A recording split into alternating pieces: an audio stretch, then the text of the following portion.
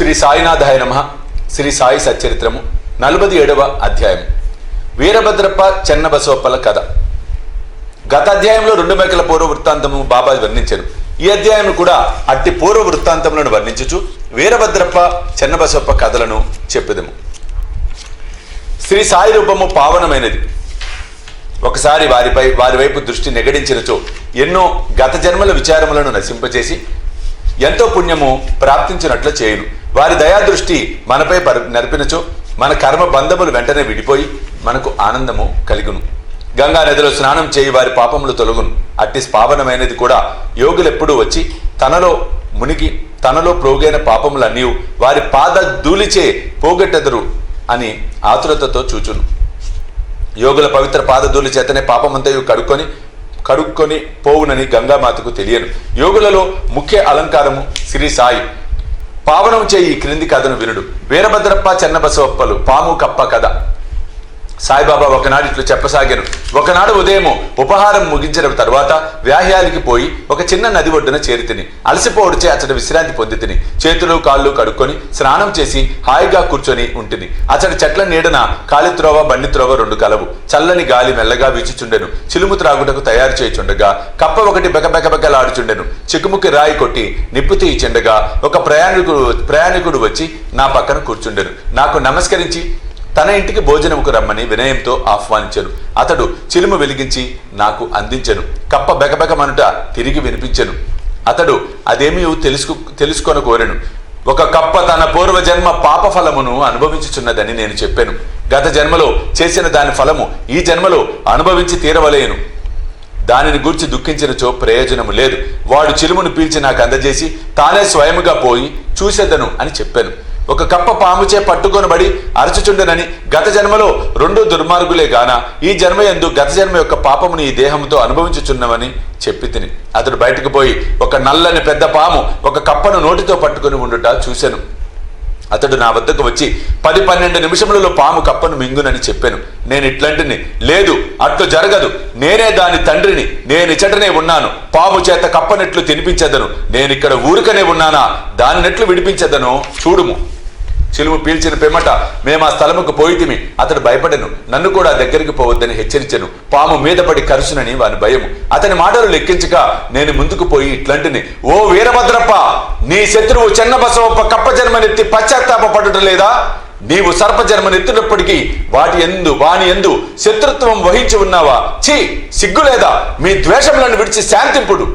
ఈ మాటలు విని ఆ సర్పము కప్పను వెంటనే విడిచి నీటిలో మునిగి అదృశ్యమయ్యను. కప్ప కూడా గంతు వేసి చెట్లు పొదలలో దాకెను.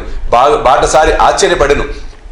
మీరన్న మాటలకు పాము కప్పునెట్ల వదిలినది, ఎట్లా అదృశ్యమయ్యను? వీరభద్రప్ప ఎవరు? చెన్నబసవప్ప ఎవరు? వారి శత్రుత్వంకు కారణమేమిటి అని అతడు ప్రశ్నింపగా అతనితో కలిసి చెట్టు మొదటికి పోయి తిని చిలుము కొన్ని పీల్పులు పీల్చి అతనికి వృత్తాంతమంతయు ఈ రీతిగా బోధించి తిని. మా ఊరికి 4-5 మైళ్ళ దూరమున ఒక పురాతన శివాలయం కలదు. అది పాతబడి శిథిలమయ్యను. ఆ గ్రామంలోని ప్రజలు దానిని మరమ్మతు చేయుటకై కొంత ధనము ప్రోగు చేసిరి. కొంత పెద్ద మొత్తము ప్రోగైన పిమ్మట పూజ కొరకు తగిన ఏర్పాటు చేసిరి. మరమ్మతు చేయుటకు అంచనా వేసిరి. ఊరిలో ధనవంతుని కోశాధికారిగా నియమించి సర్వము అతని చేతిలో పెట్టిరి. లెక్కలు చక్కగా వ్రాయి బాధ్యత వానిపై పెట్టింది. వాడు పరమలోభి. దేవాలయమును బాగు చేయటకు కూడా చాలా తక్కువ వ్యయము చేశాను. దేవాలయం అభివృద్ధి కాలేదు. అతడు ధనమంతయు ఖర్చు పెట్టెను. కొంత తాను మింగెను. తన సొంత డబ్బు కొంచెమైనను దానికై వెచ్చించలేదు. తీయని మాటలు చెప్పేవాడు. అభివృద్ధి కాకుండాకేవో కారణాలు చెప్పేవాడు. గ్రామస్తులు తిరిగి వాని వద్దకు పోయి అతడు సొంతముగా తగిన ధనసహాయం చెయ్యని ఎడల మందిరము వృద్ధి కాదని చెప్పిరి. వాని అంచనా ప్రకారము పని సాగించవలసినదని చెప్పుచు మరికొంత ద్రవ్యమును వసూలు చేసి ఇచ్చిరి. వాడు ఆ ధనమును పుచ్చుకొని పూర్వము వలె ఊరక కూర్చుంటెను. కొన్నాళ్ళ పిమ్మట మహాదేవుడు వాని భార్యకు కలలో కనిపించి ఇట్లు చెప్పాను, నీవు లేచి దేవాలయము శిఖరము గట్టుము, నీవు ఖర్చు పెట్టిన దానికి 100 రెట్లు ఇచ్చేదను. ఆమె ఆ దృశ్యమును తన భర్తకు చెప్పెను. అది ధనము వ్యయమగుటకు హేతువగునేమో అని భయపడి ఎగతాళి చేయుచు అది ఉత్త స్వప్నమని, దాన్ని నమ్మవలసిన అవసరం లేదని, లేకున్నచో దేవుడు తనకు కూడా స్వప్నంలో చెప్పవలను కదా, తాను మాత్రం దగ్గరలేనా అనెను. ఇది దుస్వప్నము వల్లే కనిపించుచున్నది, భార్యాభర్తలకు విరోధము కల్పించినట్లుగా తోచుచున్నదని సమాధానం చెప్పాను. అందుచే ఆమె ఊరుకొనవలసి వచ్చెను. దాతలను బాధించి వసూలు చేయే పెద్ద మొత్తము చందాల యందు దేవునికి ఇష్టముండదు. భక్తితోనూ ప్రేమతోనూ మన్ననతోనూ ఇచ్చిన చిన్న మొత్తాలైన దైవం ఇష్టపడను. కొన్ని దినముల పెంబట దేవుడు ఆమెకు స్వప్నంలో తిరిగి కనిపించి ఇట్లనెను, భర్త దగ్గర ఉన్న చందాల గూర్చి చికాకు చెందని అవసరము లేదు. దేవాలయము నిమిత్తం ఏమైనా వ్యయము చేయమని అతనిని బలవంతము చేయవద్దు. నాకు కావలసినది భక్తి మరియు సద్భావం. కాబట్టి నీకిష్టమున్న సొంతం ఏదైనా ఇవ్వవలెను. ఆమె తన భర్తతో సంప్రదించి తన తండ్రి ఇచ్చిన బంగారు నగలు దానం చేయ నిశ్చయించెను.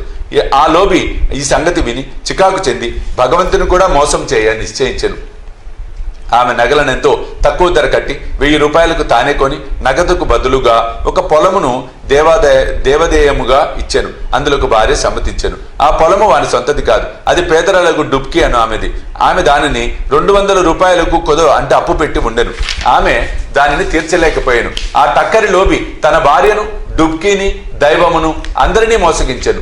ఆ నేల పనికిరానిది, సాగులేనిది, దాని విలువ తక్కువ, దాని వలన ఆదాయం కూడా ఏమీ లేదు. ఈ వ్యవహారం ఇట్లు సమాప్తి చెందెను. ఆ పొలమును పూజారి అధీనంలో ఉంచిరి. అందులోకి అతడు సంతసించెను. కొన్నాళ్ళకు ఒక చిత్రం జరిగాను. గొప్ప తుఫాను సంభవించెను. కుంభవృష్టి కురిసెను. లోబి ఇంటికి పిడుగుపాటు తగిలి వాడి భార్య చనిపోయి డుబ్కీ కూడా కాలగతి చెందెను. తరువాతి జన్మలో ఆ లోబి మధురా పట్టణంలో ఒక బ్రాహ్మణ కుటుంబంలో పుట్టి వీరభద్రుడు అన్న పేరును పొందెను. అతని భార్య పూజారి కుమార్తెగా జన్మించెను. ఆమెకు గౌరీ అని పేరు పెట్టింది.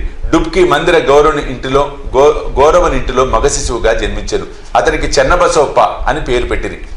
ఆ పూజారి నా స్నేహితుడు. అతను నా వద్దకు తరచుగా వచ్చుచుండెను. నా వద్ద కూర్చుండి మాట్లాడుచు చిలుము పీల్చేటివాడు. అతని కుమార్తె గౌరీ కూడా నా భక్తురాలు. ఆమె త్వరగా ఎదుగుచుండెను. ఆమె తండ్రి వరుణుకై వెదుకుచుండెను. ఆ విషయంపై చికాకు పడని అవసరం లేదని, ఆమె భర్త తానే వెదుక్కొని వచ్చునని చెప్పాను. కొన్నాళ్లకు వీరభద్రప్ప తన బీద బ్రాహ్మణ బాలుడు భిక్షకై పూజారి ఇంటికి వచ్చెను. పూజారి నా సమ్మతి ప్రకారం వానికి గౌరీనిచ్చి పెళ్లి చేశాను. అతడు కూడా నా భక్తుడయ్యాను. ఏలన పిల్లలను కూర్చుంది కదా అని అతడు నా యందు విశ్వాసం చూపుచుండెను. వాడు ఈ జన్మలో కూడా ధనమునకై మిగులు తాపత్రయపడుచుండెను. నా వద్దకు వచ్చి అతడు కుటుంబంతో ఉండుడిచే తనకు ఎక్కువ ధనం వచ్చినట్లు చేయమని బతిమలాడుచుండెను. ఇట్లుండగా కొన్ని విచిత్రములు జరిగాను. ధరలు హఠాత్తుగా పెరిగాను. గౌరీ అదృష్టము కొద్దీ పొలము ధర పెరిగాను. కానుకగా ఇచ్చిన పొలము 1,00,000 రూపాయలకు అమ్మిరి. ఆమె ఆభరణముల విలువకు 100 రెట్లు వచ్చెను. అందులో సగము నగదునిచ్చిరి. మిగతా దానిని 25 వాయిదాలలో వాయిదాకు 2,000 రూపాయల చప్పున ఇచ్చుటకు నిశ్చయించిరి. అందరూ సమ్మతించిరి. కానీ ధనమునకై తగులాడిరి. సలహా కొరకు నా వద్దకు వచ్చిరి. ఆ ఆస్తి మహాదేవునిది కాబట్టి పూజారి కొడుకులు లేనందున సర్వహక్కులు గౌరికి వచ్చాను. ఆమె సమ్మతి లేనిదే ఏమీ ఖర్చు చేయవద్దని చెప్పి తిని ఆమె భర్తకు ఈ పైకంపై ఎట్టి అధికారం లేదని బోధించి తిని ఇది విని వీరభద్రప్ప నాపై కోపగించెను. ఆస్తిపై గౌరికి హక్కు కలదని తీర్మానించి దానిని కబలించుటకు నేను ప్రయత్నించుచున్నానని నుడివెను. అతని మాటలు విని భగవంతుని ధ్యానించి ఊరుకుంటుని వీరభద్రప్ప తన భార్య గౌరీని తిట్టెను. అందుచే ఆమె పగటిపూట నా వద్దకు వచ్చి ఇతరుల మాటలు పట్టించుకొనవలదనియు తాను కూతురుగా చూచుకొనవలేనని వేడుకొనెను. ఆమె ఆశ్రయమును కోరుడిచే ఆమెను రక్షించుటకు 7 సముద్రములైన దాటుతునని వాగ్దానం ఇచ్చి తిని ఆనాడు రాత్రి గౌరికి ఒక స్వప్నము కనపడెను. మహాదేవుడు స్వప్నంలో కనిపించి ధనమంతయు నీదే, ఎవరికి ఏమి ఇవ్వవలదు. చెన్న బసవప్పతో సలహా చేసి దేవాలయపు మరమ్మతు నిమిత్తము కొంత ఖర్చు చేయము. ఇతరములకై వ్యయము చేయవలసి వచ్చినప్పుడు మసీదులో ఉన్న బాబా సలహా తీసుకొనుము. గౌరీ నాకు ఈ వృత్తాంతం చెప్పాను. నేను తగిన సలహానిచ్చి తిని అసలు తీసుకొని వడ్డీలో సొగము మాత్రం చెన్న బసవప్పకి ఇవ్వమని, వీరభద్రప్పకి ఇందులో జోక్యము లేదని నేను గౌరీకి సలహానిచ్చి తిని నేనట్లు మాట్లాడుచుండగా వీరభద్రప్ప చెన్నబసవప్ప కొట్లాడుచు నా వద్దకు వచ్చిరి. సాధ్యమైనంత వరకు వారిని సమాధాన పరిస్థితిని గౌరికి మహాదేవుడు చూపిన స్వప్న దృశ్యము చెప్పి తిని వీరభద్రప్ప మిగులు కోపించి చెన్నబసవప్పను ముక్కలుగా నరికెదనని బెదిరించెను. చెన్నబసవప్ప పిరికివాడు. వాడు నా పాదములు పట్టుకొని నన్నే ఆశ్రయించెను. కోపిష్టి శత్రువు బారి నుండి కాపాడదనని వానికి వాగ్దానం చేసి తిని కొంతకాలము వీరభద్రప్ప చనిపోయి పాముగా జన్మించెను. చెన్నబసవప్ప కూడా చనిపోయి కప్పగా జన్మించెను. చెన్నబసవప్ప బెకబెకలాడుట విని నేను చేసిన వాగ్దానమును జ్ఞప్తికి తెచ్చుకొని ఇక్కడికి వచ్చి వానిని రక్షించి నా మాటను పాలించుకుంటుని భగవంతుడు ఆపద సమయములందు భక్తులను రక్షించుటకై వారి వద్దకు పరిగెత్తును. భగవంతుడు నన్ను చెట్టుకు పంపి చెన్నబసవప్పను రక్షించెను. ఇదంతయు భగవంతుని లీల నీతి. ఈ కథ వల్ల మనం నేర్చుకున్న నీతి ఏమన్నా, ఎవరు చేసిన దానిని వారే అనుభవించవలెను. ఇతరులతో గల సంబంధములన్నిటినీ బాధను కూడా అనుభవించవలెను. తప్పించుకుని సాధనము లేదు. తనకెవరితోనైనా శత్రుత్వము ఉన్న ఎడల దానిని తీర్చవలెను. రుణము గాని శత్రుత్వ శేషము గాని ఉన్నచో దానికి తగిన బాధ పడవలెను. ధనము ఎందు పేరాశ గలవానిని ధనమునందు పేరాశ గలవానికి అది హీనస్థితికి తెచ్చును, తుట్టతుటుకు నాశనం చేయును. 47వ అధ్యాయము సంపూర్ణము. సద్గురు శ్రీ సాయినాథ్ అర్పణమస్తు. శుభం భవతు.